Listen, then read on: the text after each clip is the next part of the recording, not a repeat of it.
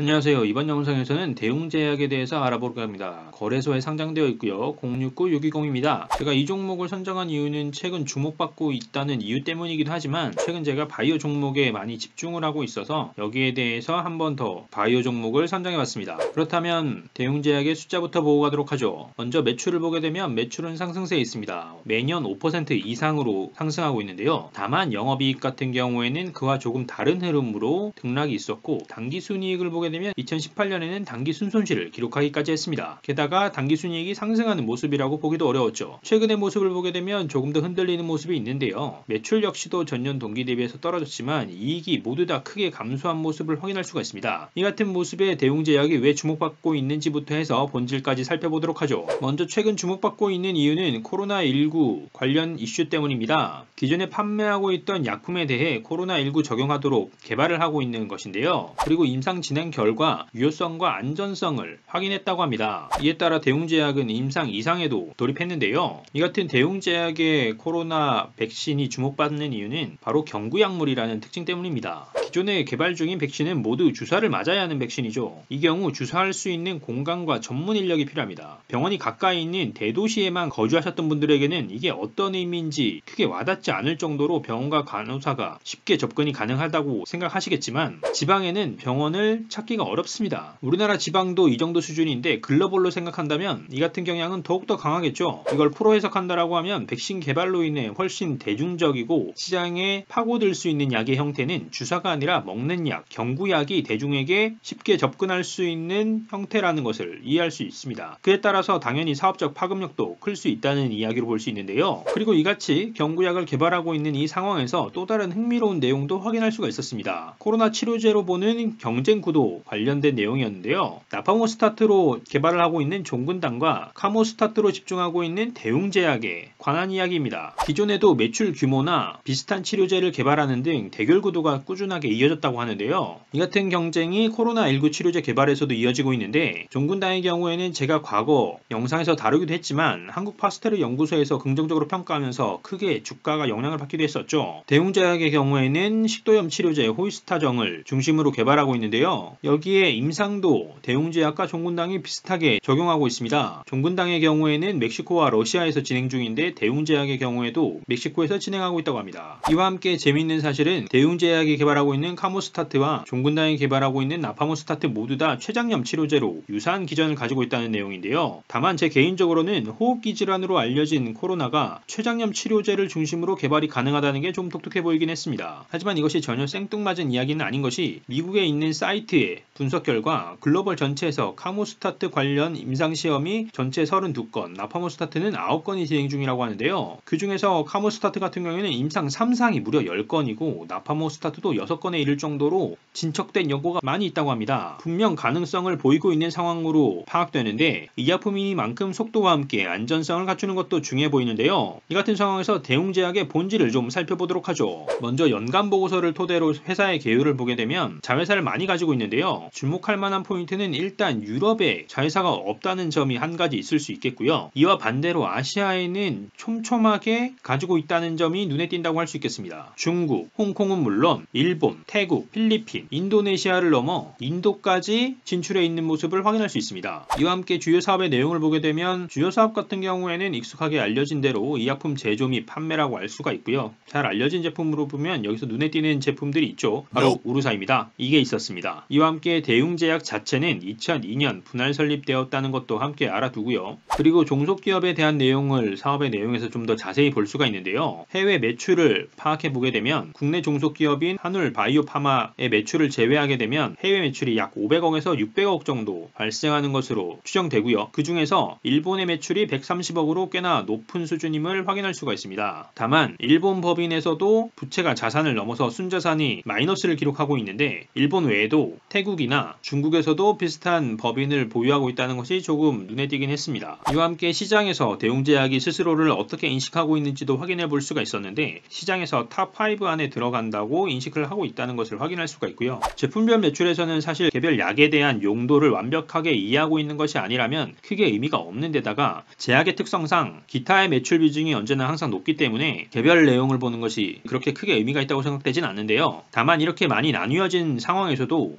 우르사라는 제품을 통해서 전체 매출의 10% 가까이 매출이 발생하고 있다는 것, 단일 제품으로 이 정도 수준을 기록하고 있다는 점에서 우르사가 대웅제약에서 차지하는 비중을 이해할 수 있을 것 같습니다. 이 같은 해외의 상황과 주요 제품의 상황을 살펴봤으니까 계략적 이해를 이 정도로 해두고 숫자를 좀 더 자세히 살펴보도록 하죠. 매출은 앞에서 본 것처럼 증가하고 있습니다. 매년 7% 이상의 매출 상승을 기록하고 있는데요. 매출이 조단위라는 것을 감안하자면 낮은 매출 상승률은 아니라고 생각됩니다. 여기에 이어 원가율을 보게 되면 제약기업답게 60%가 채 되지 않는 원가율을 가지고 있다는 것을 확인할 수 있는데요. 이같이 원가율은 긍정적이라고 볼 수도 있긴 하겠지만 판관비의 비율이 낮지 않습니다. 게다가 최근이 2019년에는 30%에 가까운 판관비 비율을 기록하기도 했습니다. 게다가 이 판관비는 영상연구개발비를 포함하지 않은 비용인데요. 이 같은 판관비의 주요 계정을 보게 되면 급여와 함께 지급수수료나 광고 선전비의 비중이 높다는 것을 확인할 수 있었고요. 이 같은 것을 추정해보면 신약 등에 대한 허가에 필요한 경우가 있어서 관련 수수료가 증가한 것 아닌가 추정해 볼 수 있을 것 같은데요. 판관비회 같은 경우에는 전년 대비 숫자도 비율도 늘었지만 경상연구비는 전년 대비 숫자도 비율도 줄어든 것을 확인할 수 있습니다. 비율이 10% 아래로 떨어졌다는 것이 조금 눈에 띄고요. 하지만 그럼에도 불구하고 2018년에 원가율이 나빴기 때문에